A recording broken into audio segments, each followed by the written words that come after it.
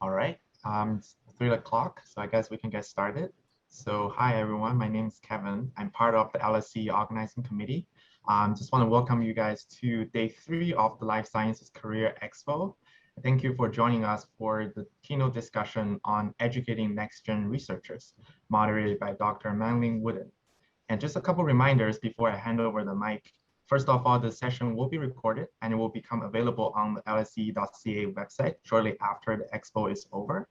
And you are welcome to turn on and off the live captions as you see fit. And you can also full screen this Zoom meeting so that you don't get distractions from any other windows. And last but not least, feel free to post your chat to the Q&A function and it will be sent over for the panel to discuss. All right, I'd like to pass the mic to Melanie. Thank you so much, Kevin, and good afternoon, everyone. Thanks for joining us for this keynote panel on educating next-gen life scientists. In just a moment, I'm going to introduce myself and our panelists, and then I'm going to start us off by asking our panelists a few questions that I suspect are on many of our minds. And then in the remaining time, I'm going to pose some questions to the panelists that come from you in the audience. And of course, I want to encourage our panelists to jump in where you can, even if the question's not directed to you, as I think we're all really interested here in generating a conversation today. So now on to introductions. I'll start with myself. My name is Melanie Wooden, and I'll be your moderator today. I'm a professor in the Department of Cell and Systems Biology here at the University of Toronto, and also the Dean of the Faculty of Arts and Science. I did my undergraduate and master's here in the then Department of Zoology, which in fact no longer exists. It's now partially the Department of Cell and Systems Biology. And then I did my PhD at the University of Calgary before completing a postdoctoral fellowship at UC Berkeley. And then I returned to Toronto to take on a role here in running my own lab in 2004. Trained as an electrophysiologist, and my research program has been focused on inhibitory synaptic transmission with a focus on the plasticity of chloride regulation. And now let me introduce Dr. Reinhard Reithmeyer, who is the one-time interim Vice Dean of Research and Innovation at the Timmerdie Faculty of Medicine, also here at U of T. He received his BSc at Carleton and his PhD in biochemistry at UBC, followed by postdoctoral training at Harvard, and then his first faculty position at University of Alberta. Professor Reithmeyer is a professor of biochemistry whose research program is focused on anion transport membrane proteins in human health and disease. He's also an award-winning lecturer who enjoys teaching introductory biochemistry, as well as upper level and graduate courses. He's also the former special advisor to the Dean of Graduate Studies on graduate professional and leadership development. And he's been really in this capacity dedicated to ensuring that graduate students have the skill set and network to be fully prepared to take advantage of the diverse job opportunities available to them. So he'll have a lot to add today. Now I'd like to introduce Dr. Jason Field, who's the president and CEO of Life Sciences Ontario, which is a member-driven organization that represents and promotes the province's vibrant and diverse life science sector. LSO collaborates with government, academia, industry, and other life science organizations across Canada to promote and encourage commercial success. He's been with the LSO for almost 10 years, the last 7 as president and CEO. He completed his Bachelor's of Science in Chemistry at University of Waterloo and his PhD at the University of Massachusetts Amherst. And then his first employment position in this sector was as a senior research scientist at Alphora Research. This was then followed by a series of positions in the Ontario Ministry of Economic Trade and Development and Trade. So thank you so much, Dr. Field, for joining us today to bring this diverse set of previous employment experiences. My pleasure. And now to introduce Dr. Tara Beattie, who's the Associate Dean of Graduate Science Education at the University of Calgary. She's also a professor in the Department of Biochemistry and Molecular Biology in the Cummings School of Medicine. Also a member of the Arnie Charbonneau Cancer Institute and a joint member of the Department of Oncology. She obtained her PhD from the University of Toronto and completed her postdoctoral training at the Ontario Cancer Institute before taking up her independent investigator position at University of Calgary. Her research interests include the elucidation of protein-RNA interactions that are essential for telomerase activity, as well as the determination of the molecular basis of telomerase length regulation in cancer and aging. And in her role as Associate Dean, she's launched a number of new initiatives, including mental health and wellness support and professional skills boot camps. So thanks so much, Dr. Beatty, for joining us and bringing this diverse perspective as well. Thank you.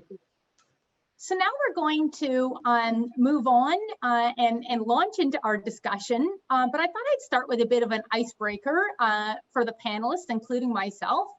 And part of the reason is that I know that there are many trainees with us who might not recognize that we too were at one point in your positions, and we too had uncertainties about which career trajectories to follow. So I thought maybe it would be good for us to each share just a brief episode when we were at perhaps a crossroad or had some uncertainty about our career trajectory, and what did we do to work through that. So I'll start us off. Throughout my graduate training, I was quite focused on obtaining a career in academia. And then I completed a postdoc, and actually it was close to the end of the postdoc. I was close to what I would say was the finish line. I'd actually had my first interview for an academic position. And I think I had built it up so much in my mind that I felt that when I got to that stage, I had really achieved what my long-term goal had been. But in fact, this was the period that I had the most uncertainty, because I found the interview process quite stressful and draining. I also had a small baby at home and was going between different countries. And I started to think, maybe this isn't the path that I should be taking, and I should give a more fulsome consideration about other career trajectories. So knowing that I maybe I was in the midst of a somewhat challenging time, I realized I needed to get some perspective. So I turned to, in fact, an informal mentor, but somebody that I had connected with over the years of my graduate training, and many in this group will know, Frida Miller. She's actually been at many institutions across Canada, originally in Alberta, and then McGill, the MNI, Sick Kids here at U of T, and out at UBC now. So she was kind enough to spend some time with me on the phone. And one of the reasons that I turned to her is that she doesn't shy away from asking, from telling you advice when you ask for it. And so I had a great series of calls with her and really explored some of the things that were on my mind. And by the end of that, I was clear that I wanted to proceed with academia. So put that out there to say, I also had uncertainties and reached out to a mentor, and that was really effective for me. So perhaps now I'll turn it over. Who would like to start us off from our panelists to perhaps share something from their career path? Right, I'll start. So this is an example of something that happened to me while I was already in academia, but I think it's really important to kind of share this story because it really does emphasize the need to revisit your goals and your career and potentially pivot and change trajectories. So when I was a fairly early career investigator, and I say fairly early career because even though it was in the first 7 years, I had 2 children in that point of time. And I was on a soft money position. At the time, the University of Calgary, many of us in the Cummings School of Medicine were funded through the Heritage Foundation, as was I, which meant after 6 years of being in my academic role, I had to reapply for my salary support. And so after 2 kids and what I thought was an academic research career that was going not bad under the circumstances, I was not successful in obtaining my salary award. And this really kind of shocked me, hit home. I was a little bit dumbfounded, started questioning, can I be a researcher? Can I be an academic? This was something that, I never really considered. What would I do if I failed? And I don't think that in retrospect I failed, but at the time, that's very much how I felt. And little did I know at the time that I had gotten myself a reputation to be a real champion for graduate students in graduate education in many informal roles. And at that point in time in my career, someone approached me who was very instrumental in really changing the direction of the rest of my career. And his name was Franz van der Hoorn. He was the Associate Dean of Graduate Science Education, and said, why don't you look at becoming my assistant dean? I have some projects that I would like to do that I just don't have time to do. And I was like, no, this is not what I signed up for. This is not what I wanted. Never thought I would be in any kind of administrative position. Again, sought out some mentors, sought out some people to bounce these ideas around, and eventually took him up on his offer, and really then ended up, I still run a small but very successful research program, and have taken on a number of leadership roles within the graduate science education realm, and have been recognized at national levels with respect to this work. So this is never a position I ever thought that I would end up. And at what was probably at the time the worst point and the lowest point in my career, actually allowed me to pivot and change and do something that I ended up really, really enjoying. And I think I ended up being not too bad at. Thanks so much, Professor Beatty, for sharing that. You certainly have a national reputation, so you are outstanding at that from what I hear out here. Ryan or Jason, would you like to follow with anything? Sure, I'll go ahead, Jason. Thanks, Reinhardt. So it's funny when you asked that question, Melanie, about have I experienced uncertainty in my career? I think my whole career has been uncertain when I look back at it. I mean, it's I'm a chemist by training. I was a bench scientist in the pharmaceutical industry for a number of years. Left that, went into to government as a public servant. And then from there went into the not-for-profit sector. So these are pretty, not a pretty non-linear career path. And so when I think about times of uncertainty, I think about two instances in particular. The first one was, after I'd spent about 5 years in the pharmaceutical industry as a bench chemist, I got to the point where, I had recognized that I wanted to do other things. I mean, I enjoyed the science, I enjoyed chemistry, but there were other aspects of the job that I was finding I was enjoying more. The opportunities that I had to present to clients, the business side of the job, project management. Those were things that I was becoming more drawn to as I kind of grew in my career. So I was looking for opportunities to expand on that. So that meant leaving, the experience, the education that I had gained as a bench chemist. And when I looked within the industry, what I found was people only wanted to hire me as a bench chemist because that was my experience, right? And I think I was pretty good at it. So they wanted to hire me into those roles. So I ended up taking on this role in government. It was an opportunity that just kind of came across. And I'll be honest, I didn't take it really seriously. I kind of thought, I'm going to take this job. It'll help me pay my bills while I figure out what the heck I want to do with my life.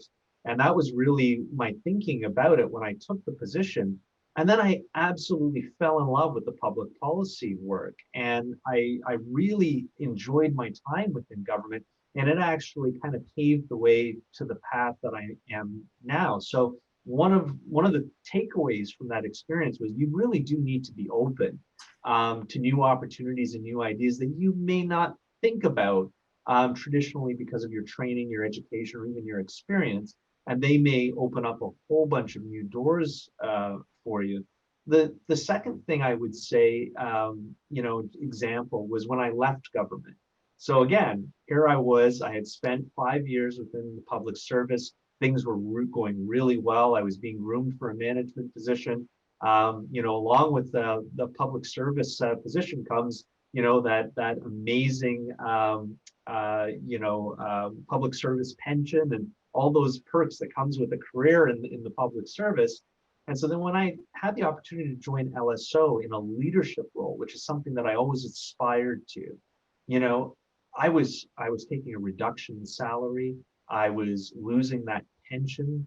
You know, this was a big decision. And you know, I had a lot of friends and colleagues look at me and say, Jason, what are you doing? Are you nuts taking this? Like, look at what you're leaving. But you know, as you all said, I talked to people that I trust, that were mentors, that you know, really advised me. And at the end of the day, these are decisions that each of us have to own. And living with regret is an awful thing. So you've got to make that decision based on, you know, your own feelings. And this was something I talked to at length with my wife, and she was actually the one that encouraged me, said, you know, you will regret this if you don't take this opportunity.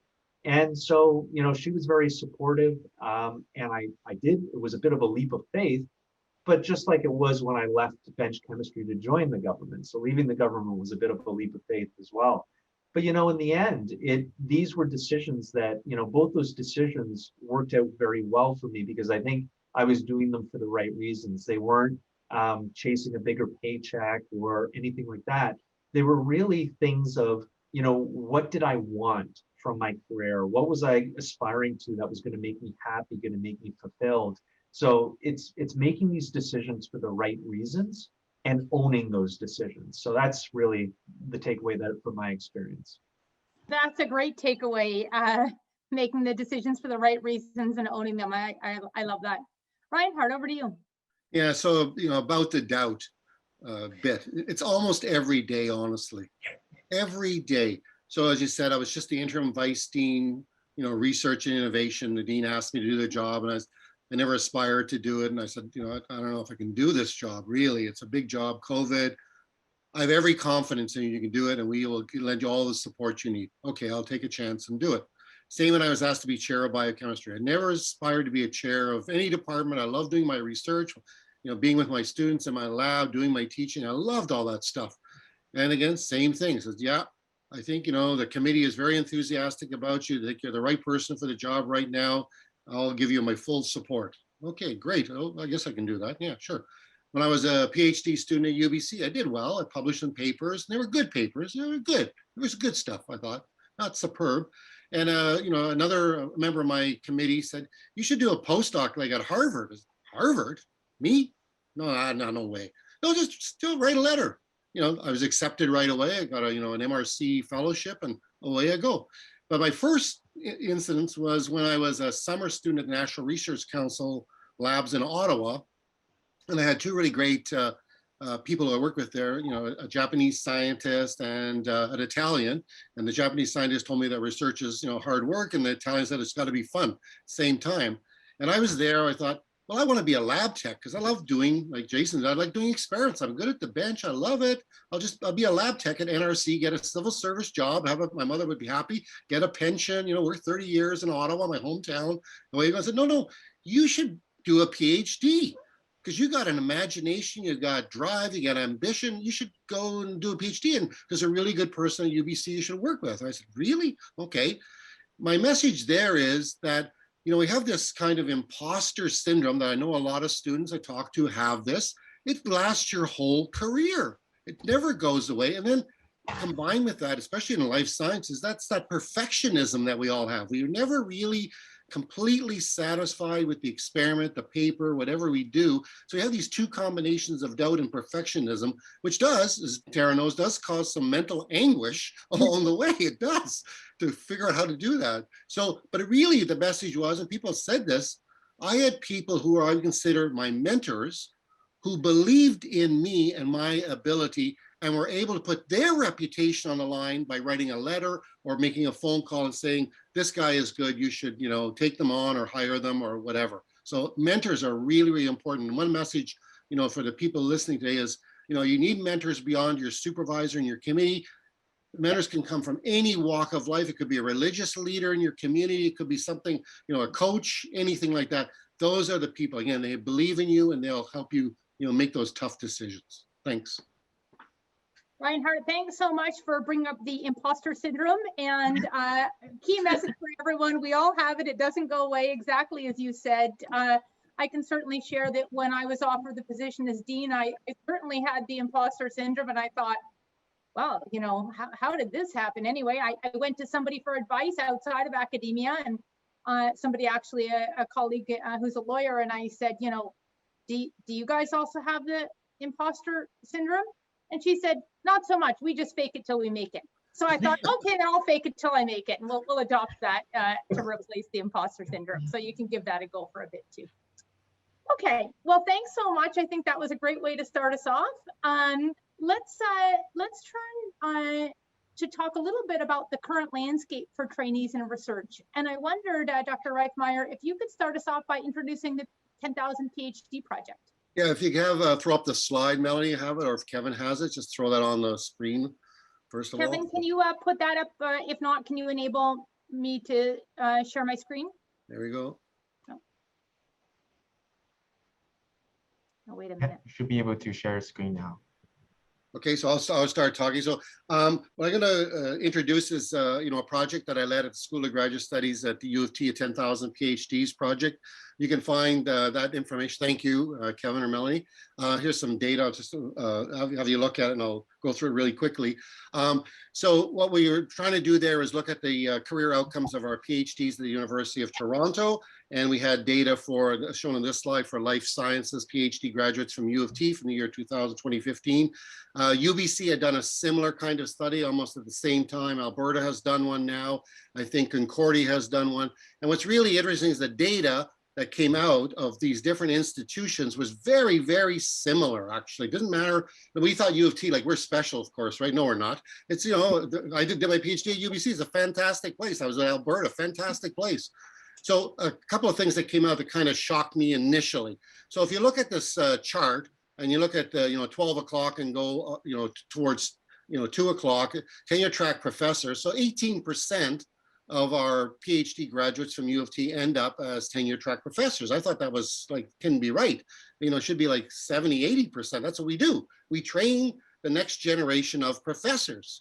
And then if you add on adjunct affiliated professors, these are people like working at hospital research institutes, you know, there's another 7%. There's a teaching stream as well. You're up to about 25%.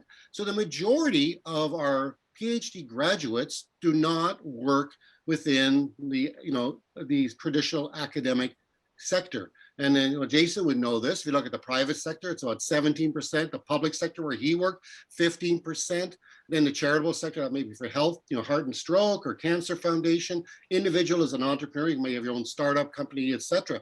So there's a whole diversity of careers that PhDs can aspire to. And it was really, you know, an eye opener for me. And again, one of the topics of this panel is like, how are universities now adapting to these, you know, this kind of data where we know what the career outcomes of our PhDs is, and I think it should actually be celebrated that with a PhD you can aspire to do these diverse things. But how are we at the university doing when the traditional mode when I went in was we're just training the next generation of professors. That's our job, full stop, nothing else. And everything else is a plan B or C or Z, you know, kind of thing. So I think that's, you know, one message that we could, you know, think about that diversity. And as I say, the data is very similar in the States as well and across Canada. So these are the kind of real numbers. Great. Thanks so much for starting us off with that. And I believe that data is available on the University of Toronto School of Graduate Studies website if anyone's interested in taking a look at it. So now we can perhaps hear the panel's thoughts on how we might, what the current landscape actually looks like for trainees after graduate studies. So we've just seen what the data looks like. Perhaps one question we might pose is, that's reflective, that's where people have gone. Is that where the future still is, or do we see that landscape changing? Any thoughts on that? So I'll maybe chime in here. It was actually really interesting to see that data and actually to hear Reinhardt's perspective of it, because, you know, as the industry guy here, I actually had the opposite reaction to Reinhardt. I was actually surprised that there was such a large segment still going into academia. I always thought that was actually a lot smaller. But what I did note and didn't surprise me so much was the amount going into industry. But I think my take on it is that that's probably relatively small within Canada. I think it's larger probably in the US, would be my takeaway from it. I know from my time in grad school in the US, US companies, they came to our school and, they interviewed us, and they came hard to try to get graduate students at the PhD level. Even before you graduated, they were already courting us. So that was a very different experience in the US. Now, in terms of this current landscape and where it's going, COVID-19 has really, put a new lens on the life sciences sector in general. We have seen, huge commitments in the most recent federal budget around biomanufacturing, for example. But there are a number of life sciences strategies taking place at provincial levels and federal levels that are under discussion now. So I think what Canada has realized through COVID-19 is we need to build greater capacity within our life sciences industry. So it seems to be a bit of a concerted effort to try to grow this space in this sector. We've got a lot of great assets in which to do that. So I suspect we actually may see that private sector piece of the pie expand over the next few years. And I think that's not necessarily a bad thing. One thing that I just have noticed in the past few years, but I mean like 5 to 7 years, is that when I was in graduate school, and even when I started my academic position in 2001, most of the graduate students wanted academic positions. They were going to do research and to do a PhD with the goal of becoming a professor. And I think that's where the Plan B nomenclature really came in. What I'm seeing now is many people who are passionate about research and love to ask those scientific questions, but many of them start out as a master's student or a PhD student and don't want a career in academia. They just love the science. They love the research. And so their starting point and their starting perspective, I've seen shift over the past few years. And one of the good things about that is this is no longer their plan B. This is their plan A. And I think in some ways, the supervisors, the schools, the professoriate have to catch up to that mentality that there are students that want to do a PhD, that their end goal is not to work in academia or as a professor. They want to go out and do different things with that degree. So while I see the landscape staying the same as what Reinhard articulated, I think that the goals have changed for a lot of our students coming in to do graduate degrees. That's very helpful, Tara. Sort of also resonates with sometimes what I see on social media when trainees or people that have gone in different paths will post questions, and there'll be a discussion online about, what is it about the choice? Why did you make a choice to leave academia? It's inherently a negative. So we have to get away from that's the default, right? Yeah. And therefore there are multiple options that are equally successful. The other thing is that, and I'd love to hear your perspectives on this, it's no longer, in my understanding, binary, where if you were to leave, you can't come back, right? I certainly see that we are often hiring faculty who have spent time in industry and they're choosing to come back at this period of time, or vice versa, and they might come back later. So it is still I think a fluid sort of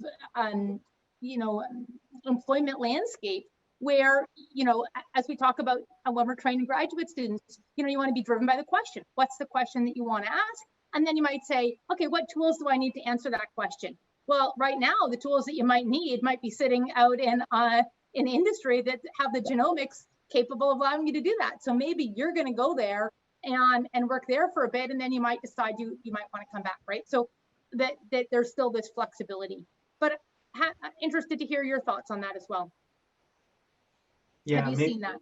Maybe I'll chime in here as well. So a couple of things. So first of all, I think Tara is absolutely right. And we've actually seen some new programs within graduate schools that are geared towards, preparing students for industry or different career paths outside of academia. Translational research program in the Faculty of Medicine at U of T, or the Masters of Biotech program at UTM, for example. Those are great programs that are sort of more rooted into practical health problems and challenges with their graduate program. In terms of the industry perspective that you just described, Melanie, oftentimes, like when I graduated eons ago, there were particular industry labs that people coming from academia were striving towards because they were academic-like. A good example locally was the XRCC labs at Xerox in Mississauga. Those are very academic-like labs. I had an opportunity to work there for my undergraduate co-op terms and even after my undergraduate. And again, very, very academic research environment-like, but in an industrial setting. I think over time, those lines have become blurred, right? And there's more opportunities within industrial settings to do some really high quality research. And what we've seen too is that, in the pharmaceutical industry, for example, the research isn't vertically integrated anymore, right? It's collaboration. So you see a lot more industry academic collaborations taking place as well. So there's a lot of new areas where it's not necessarily a binary decision, as you pointed out. Okay, well, thanks so much for your thoughts on that. Maybe we can turn now to talk a little bit about skills gap. So what I mean by this, of course, is that whether a graduate student might be interested in pursuing a career in academia or industry, what skills gap might they have where, as educators and supervisors, we should focus our attention to provide that training to them, but also to the trainees. What should they think about acquiring if they're trying to make a transition to either academia or industry?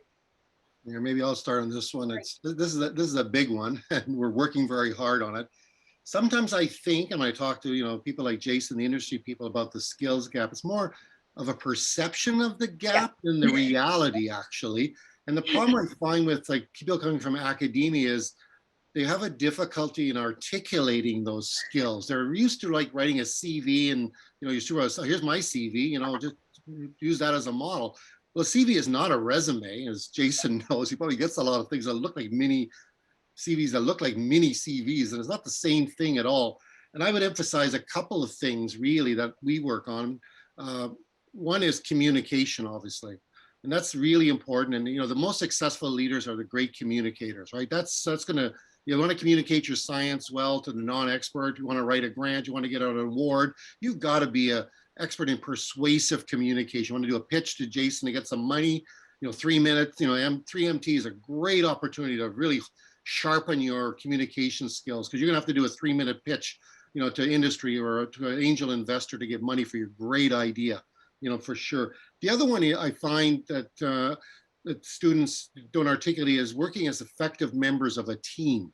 So it's the team, and I think Jason talked about this collaboration, be able to work across disciplines, communicate across disciplines, but work as an effective member of a team, and then maybe eventually aspire to be a leader of that team when you sort of percolate up. As Jason said, is maybe, people identify you as having certain, good attributes, communication skills as being one, working well with people.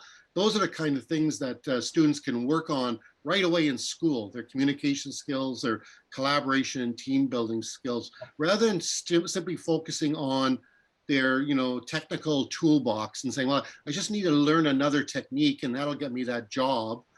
That's not going to do it for you, because you've done a PhD. Employers know you're smart, and you can learn those techniques. That's what you've done that's what you demonstrate in your PhD. You can incorporate new methods all the time, ones you never heard of. Now, CRISPR is everywhere. 5 years ago, nobody heard about this. If you have to integrate this technology into your work, That's what people look at, this nimbleness and resiliency that COVID has taught us all, quite frankly. Well, you know, if you can get through this year or a year and a half, okay, I think you'll be fine. So it's communication, team building, and then this, you know, resiliency about being adaptable to new ideas, new methods, whatever. Very helpful. Yeah, I really, oh, sorry. No, go ahead. Really like to echo what Reinhard said in my talking notes. I have exactly what he articulated: communication, collaboration, being nimble, being resilient. And I just want to pick up on something that Reinhard said at the very beginning. And it's not so much that there's a gap in knowledge, is that our students don't know how to tell a future employer or tell someone what they're good at. I actually have a slide in front of me that I use when I talk to some of our students now about how to reframe what you've done in graduate school to the outside world. And something as quote unquote simple as, well, I wrote a thesis. That tells people that you are able to organize and present a large amount of diverse work. You know, I worked on and troubleshooted experiments. You have persistence and problem solving skills. And so I think it's a big part of recognizing what transferable skills you do have outside of the context of being in graduate school. And so that's one of the things that we've been really working on our students with is, you know, what do you think your competencies and strengths are within your graduate work, and how can we help you articulate those regardless of what job you're going out to do? And I just want to take 1 second to follow up in at least where I am and with a couple of my counterparts across the country. It's been thought traditional that these competencies and these skills are what we need to focus on if our students aren't going to stay in academia. And I would like to argue that these are skills that all of our students and scientists need, regardless of the career path they choose. And flipping this narrative really does help when you run up against some resistance of some of our faculty members that don't think that the time that our students take to develop these skills is an important use of time where they could be in the lab for an extra half day a week. Yeah, I want to build on something that Tara said, because it's something that I've seen and experienced. So one of the things that we do at LSO, or did prior to COVID, was we hosted these networking events, and we would invite graduate students to come and meet people from industry. And it was kind of a safe environment for them to actually learn how to network. And, you know, beforehand, I would usually give them a little pep talk. And one of the things I would say to grad students is, all right, I know you're all really enthusiastic about your PhD research and your thesis. Don't talk about it. That's number one. Don't talk about it. You're going to put somebody to sleep. Here's what you want to do, right? You want to listen first, right? Try to connect with somebody in terms of, you know, finding what some of their technical or scientific challenges may be in their role, if it makes sense. And then is there something from your experience, your research, your thesis, whatever it may be, that then you can relate back with, you know, ideas, solutions, things like that. But you gotta make a connection. It can't just be, you know, here's what I did. People will glaze over in 3 seconds if you do that. You got to make that personal connection. So that's number one. For me, the transition to academia, from academia into the into industry, was a bit bumpy. I'll be honest. The hardest thing for me was changing the mindset and culture that I had when I was doing academic research as a PhD student. You know, it was encouraged when, you know, you made an observation in your experiments that, you know, you thought was odd or strange or whatever, to pursue that, right? To really go after that. In industry, your runway is a lot shorter. So you can't always chase every pathway that's open to you. And that was really, really hard for me, and frustrating at times, because, you know, you're coming from that mentality where you're driven by your own curiosity, your own scientific curiosity, and you want to fulfill that. But now you're trying to balance that curiosity with the business goals of the company for which you work. And you got to find that balance. And that can be really, really hard, I think, for people coming from academia. So it's something to be aware of. And then the third thing I'll mention is when I joined government. And I have had the opportunity to see many people with a science background come into government, both from academia and from industry. And it doesn't matter if they're coming from academia or industry, but in the government environment, it usually exposes another sort of way of thinking that we're sort of trained around. And that is, we're always trained that good science, rational arguments and evidence, rules the day. That's not how it works in the real world, right? Perception is meaningful. Timing is important. How you articulate, as Reinhardt said, and make your narrative and your arguments and present them, all of that matters. You may have the best idea in the world with all the best evidence to back it up. And if your timing isn't on, if your presentation isn't spot on, you're going to fall short and nobody's going to buy into it. And, that's something that is really, really hard, I think, for people coming from the scientific community into other areas to experience and sort of learn. I know for myself personally, that was probably the biggest speed bump in my career, as an early professional. Thanks so much, Jason. We have just under 10 minutes left, and I'm looking at the questions in the Q&A section and in the chat. And there's a recurring theme here that's coming up. I'll read a couple of them, and then maybe we can address this one as a group. So at the top, it says, for the panelists, oh no, let me come up. If they're, in terms of non-academic roles, what are the options for MSc students? Are PhDs preferred? There's a few related ones. What are the options for MSc students? A lot of people questioning the difference between, I think, the MSc and the PhD. Maybe I'll just say, and it's a bit of an overstatement, but if you're considering a career as a professor and running an independent research lab in academia, then a PhD is very likely to be required. So I think to this question, Jason, maybe I can turn it over to you to start us off about MSc versus PhD, or even undergrad versus MSc in your sectors. Well, I think it's also what you aspire to. So if you're looking for a leadership role, PhDs tend to be thrust into them, whether they like it or not. And that's sometimes, and again, that's not for everyone. It's not necessarily about MSc or PhD, but it's about your personality, right? And what you want out of your career. Some people want leadership roles. Other people don't want them, or are very happy to, not take on a leadership role, but lead in other ways and contribute in other ways. So you kind of have to ask yourself sort of what you want out of that. But oftentimes PhDs are thrust into leadership roles, whether they like it or not. And I know for me personally, I didn't have any sort of training in managing people. And again, very bumpy road early in my career. I had, quite a few instances where you kind of had to learn things the hard way. And I realized, I wasn't trained properly to lead people and to manage people. And that was something I kind of had to learn on the job. And I wish I had more training in that regard. So I think, that's one aspect of it. The other one is, to some degree, it doesn't matter. And the reason I say that is that whether you're a PhD or an MSc, you're probably not going to get your dream job as your first job, right? Oftentimes, the first job is the hardest one to get. And sometimes you're taking, the first thing that comes along that you're qualified for, that you can do. You want to get your feet wet, get some experience behind you.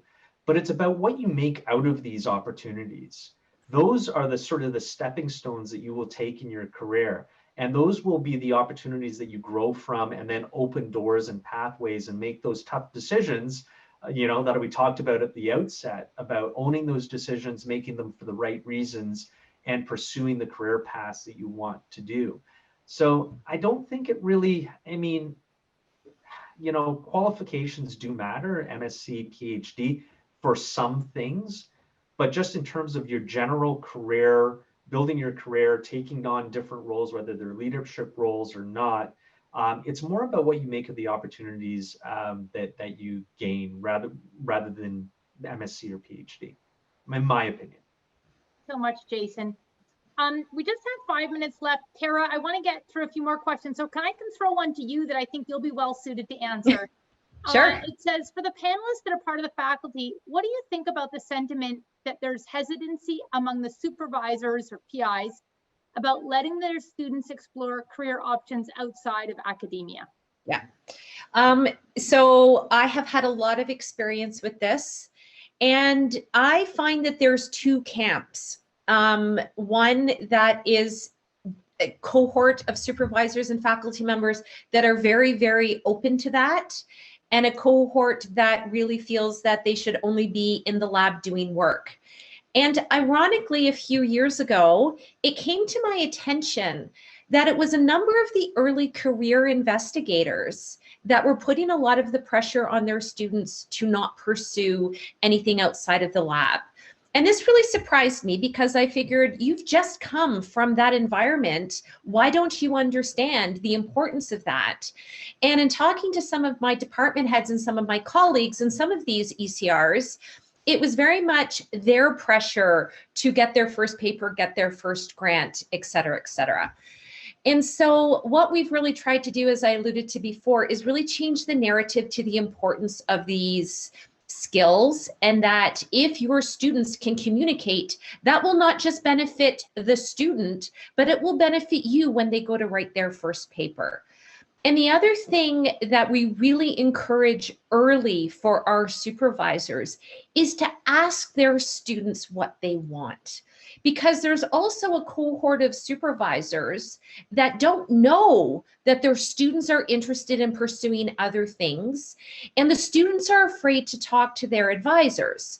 So by opening up the communication early and setting the normalcy of having those conversations, I think really helps the supervisor to support the students, because sometimes they just don't know.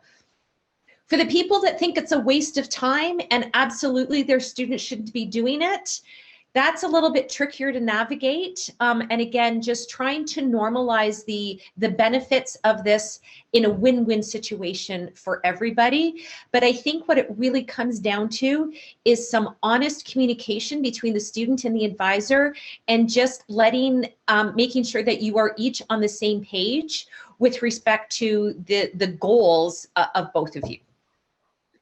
Tara, really helpful there. I would also just add on to that, and for many students, if you've got a challenge where maybe you're not able to communicate with your supervisor in the way that you're trying to, you got a committee there. Use your committee. The committee is not there to just give you an exam. They're there so that when you need to go to talk to someone else for advice, you go and see them. And so make sure you're using that as well. Absolutely. The last 2 minutes, maybe we could take one more question here, and Reinhard, I'll ask you to perhaps start us off with this. This is a great one. It says, if you could give your younger self career advice, what would you share or suggest? What do you wish you knew at the time? Okay, that's a good one. Well, Jason knows I probably would have worked harder on my golf game and become a PGA professional. That's what I would have given my advice on. No, not as that. No, I think really for me, it's I hate to use the word sometimes, like following your passion. You have to have that, because research is really, it's hard and it's difficult unless you have that, sort of fire in your belly kind of thing about this curiosity. I think that Jason talked about, it's going to get tough and you have to just sort of plow through it. So just try to keep that passion. And if you don't have it, if you're not excited to come into the lab in the morning to find out the latest result, from an experiment you did, maybe think really carefully about where you really should be and should be, happiest really about that. The other thing I'd say is in my career is having a partner all the way through who understands, the pressures and anxieties on both ways, both had very successful careers. That helps an awful lot. And I see a lot of anxiety coming whenever students or postdocs or their partners are not really well aligned, the expectations are not there. That makes it very difficult. So I'm thinking, I guess my advice is that make sure you make time for your family in all of this, right? That's so important to do. And that's often what gets neglected, unfortunately, and that's where problems start happening. Thanks. Jason, did you want to offer any advice? Yeah, I mean, if I was going back and speaking with my younger self, it would be about self-awareness.